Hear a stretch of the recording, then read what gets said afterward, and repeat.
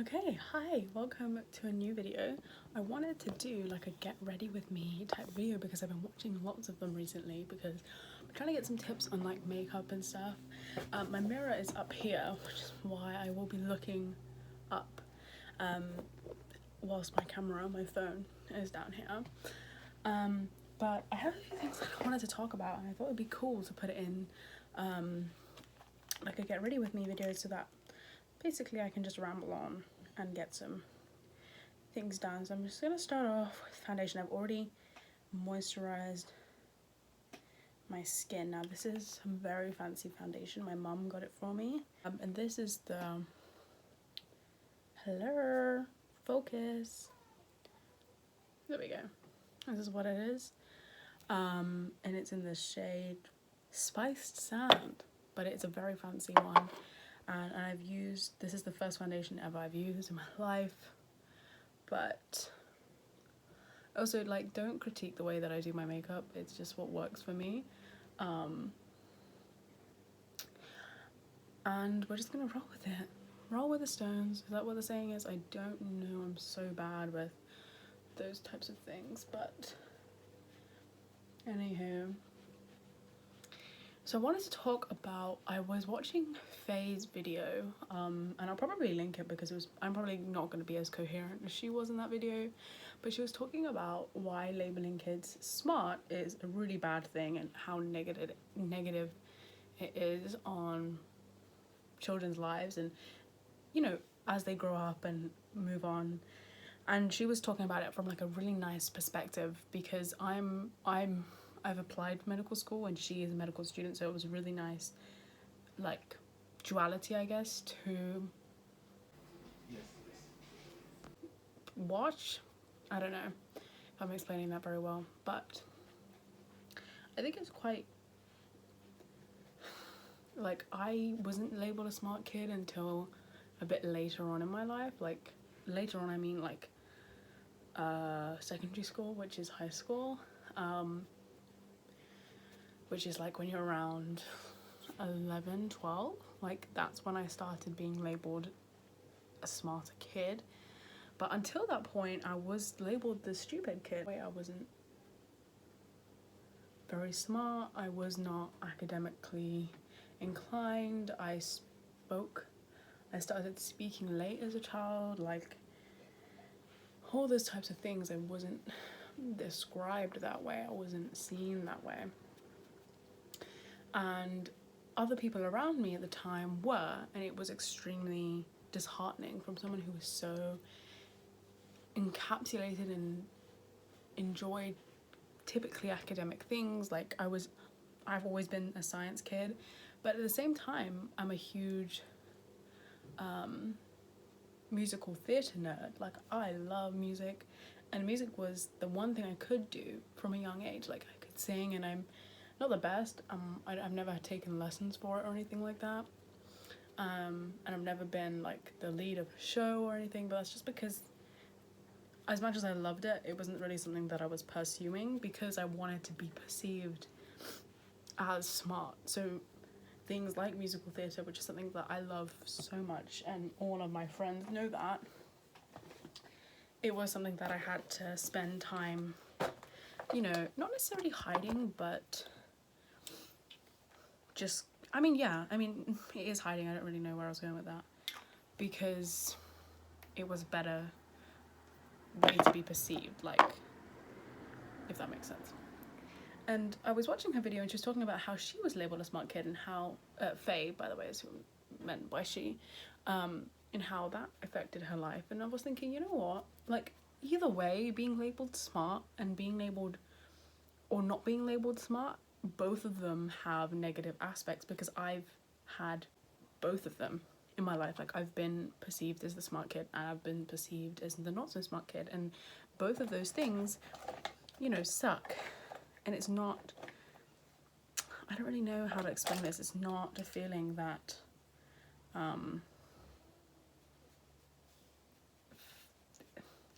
it's a feeling that is so isolating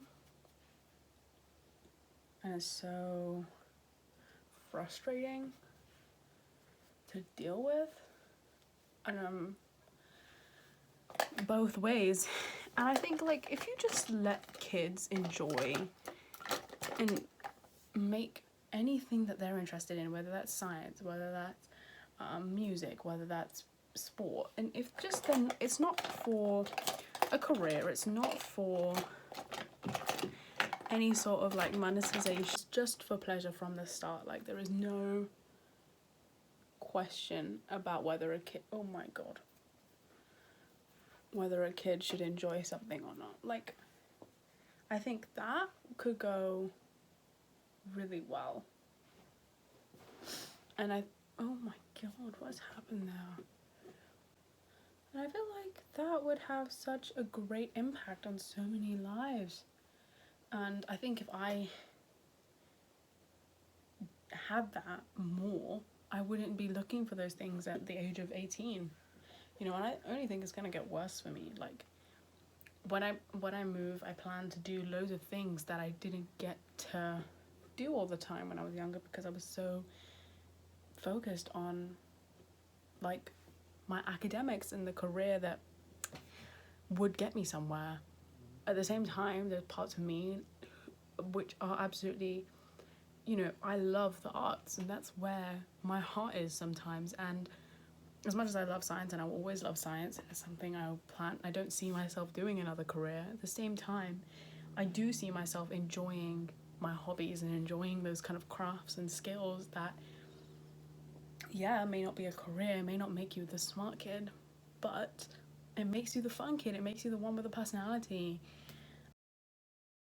And I wish that, you know, the labels of smart kid didn't mean English, maths, and science. It meant you were smart because you knew what you wanted. I think that kind of needs to change. And like the idea of like, what do you want to be when you're a child, and all those kind of conversations, they do need to change. Like some people might say that that's like such an unimportant thing to be worrying about, but I think it would help our world in such a profound way, you know.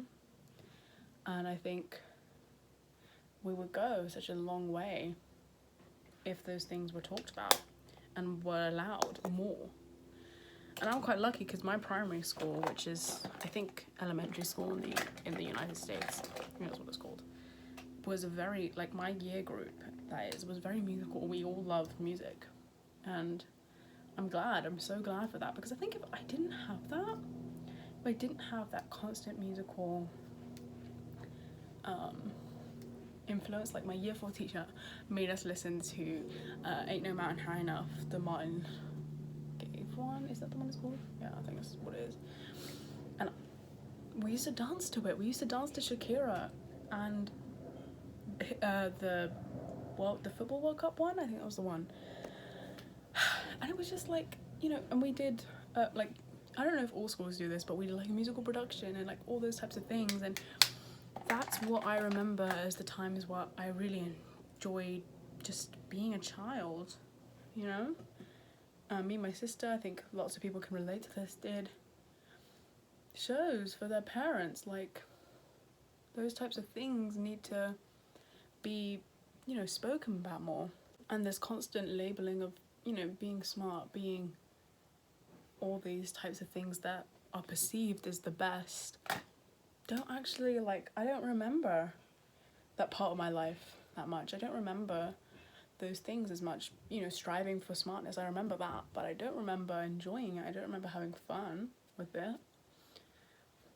And I remember having fun with the things I enjoyed. Like, I'm a very artsy person. I remember having fun with those things. I remember one of my friends teaching me how to draw a certain, like, emotion, like a sad face, and she was a very good artist, this girl. I remember those things. I don't remember doing the 11 plus, which is a thing in the UK. I don't remember those things. And like, even now I've just finished my A-level exams, and I remember that because that was pretty recent, but I don't remember the enjoyment of it. I remember the enjoyment of learning, but I don't remember the enjoyment of studying and just constantly striving for this greatness, this smartness. And I will say, for my A-levels compared to my GCSEs, I had a different approach. My GCSEs, like, I was so uptight, so wound up about this being smart thing. And eventually like, especially because of lockdown, because I didn't actually get around to seeing my GCSEs, these things like started to not matter, and I started thinking about what I really cared about, and I started embracing the side of me that I was hiding for a long time, which was only a good thing, because when it came to doing my A-levels, I knew how to separate my academics from myself. And I think if I hadn't had that time to reflect, like a whole year to reflect, I don't think it would have gone very well for me. I don't think I would have enjoyed myself and enjoyed my company when you're studying as much as I did. And I feel like that's quite a important thing, when you can be okay with it, when you know the limits of it. And I think my limits are going to be seriously tested when I go to university. Like, I don't think I've completely mastered it, but I do think the first step is like acknowledging it and understanding the limits of these things and the boundaries that they have that we may not recognize, you know. And I'm someone who loves studying and who loves, you know, the sciences and her subjects. There is very little I would change about my interests, but I think the way that I was spoken to as a child, the way that I was pushed into these alleys that I just did not want to go down, like, and you know, at the time, like, it's not like they're hurting me, but they did change me in a way that I had to spend time on learning. And I think that takes time out from spending time with the people you want to spend time with and doing things that you want to do and all those types of things, because you're trying to work out where you're at, where your mental state is at, how you feel on your own. And yeah, you can talk to someone about it, but at the same time, like, you have to do part of it on your own. And I think that also comes from this huge independence thing that comes from academics. You are seen as a very independent person from the get-go with academics, and that's not a nice feeling. It's not, you know, being independent from a young age is not fun. It's not nice. And, you know, so many people can relate to that outside of academics and within academics. And yeah, being labelled a smart kid, I just really think has very little significance in terms of what it's actually trying to do at the time. I think it sticks with you forever. You get the lowest grade in the class and you're thinking to yourself, how did I get here? And all those types of things that just, it builds up. And I think being labelled a smart kid is one of the primary routes to lowering your self-confidence by the time you get ready for adulthood. I think it's seriously, you know, damages your confidence, damages your self-perception of your own mentality and your personality. And not as, it's like, it's a different type of self-image, right? You have like your body image and you have who you are as a person. And I think being labelled a smart kid has such an impact on how you see yourself, for who you are, the things that matter to you, and the way you are, the way you interact.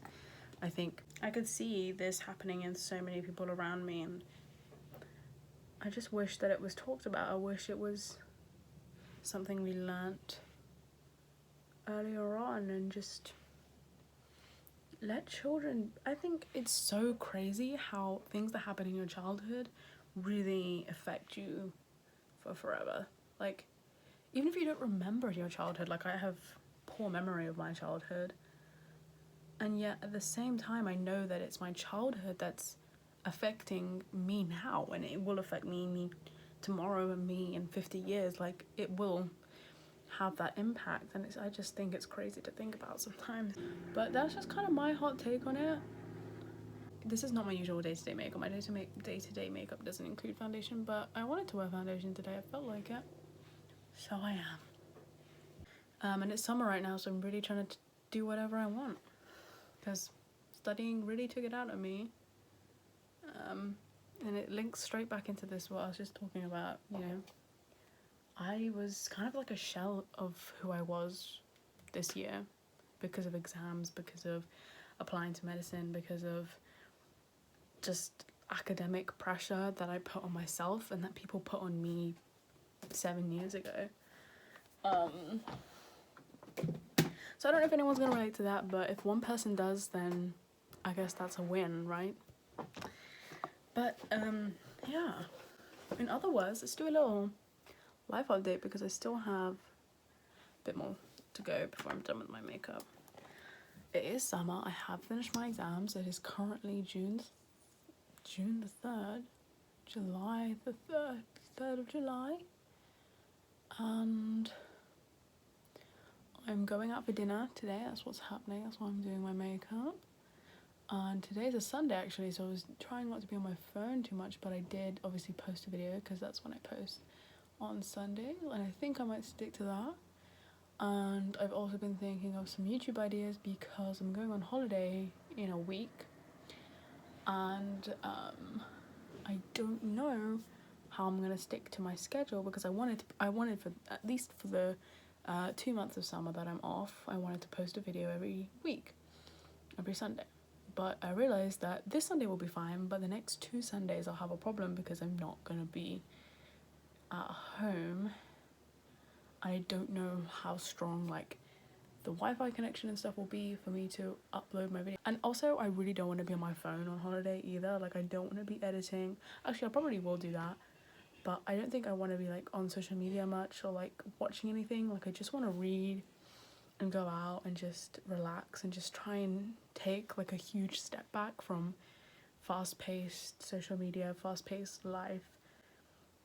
Like this week that I've only been off for 1 week since my exams finished, and my god, like my life was so fast with exams, with studying, with like so much was happening. Like I just feel like I haven't had time off, and it's great that I get 2 months. I'm really trying to just slow down and do things that I want to do. Sorry, I'm just shaking my eyeliner. Do things that I want to do, take time off when I need it, which is what I'm doing. And yeah, I don't know if I want to do eyeliner. I have done such a horrible job with my eyeliner today, but are we gonna redo it? No, because I put foundation on, so I'm not taking it all off just because of my eyeliner. Whoa. If only could make a deal with God, get him to swap our places. Yeah, that has been stuck in my head. But everyone's acting was just wow. It was, yeah, every time I watch Stranger Things, I remember watching it when it first came out, and I was just like, wow, this is the show. Like I love Stranger Things. Like my friendship group at the time, we loved it. Okay, we're just gonna have to roll with that. Not the best job from me. Not the worst job. I just made it worse, but... Okay guys, we've gone for a glossy lip. Sorted. But that is the vibe, that is the look, that's how we feeling. Thank you so much for watching my video. I hope you enjoyed getting ready with me and listening to my extremely rambly rant. I don't know what you call it. But thank you so much for watching this video. I love you. Bye.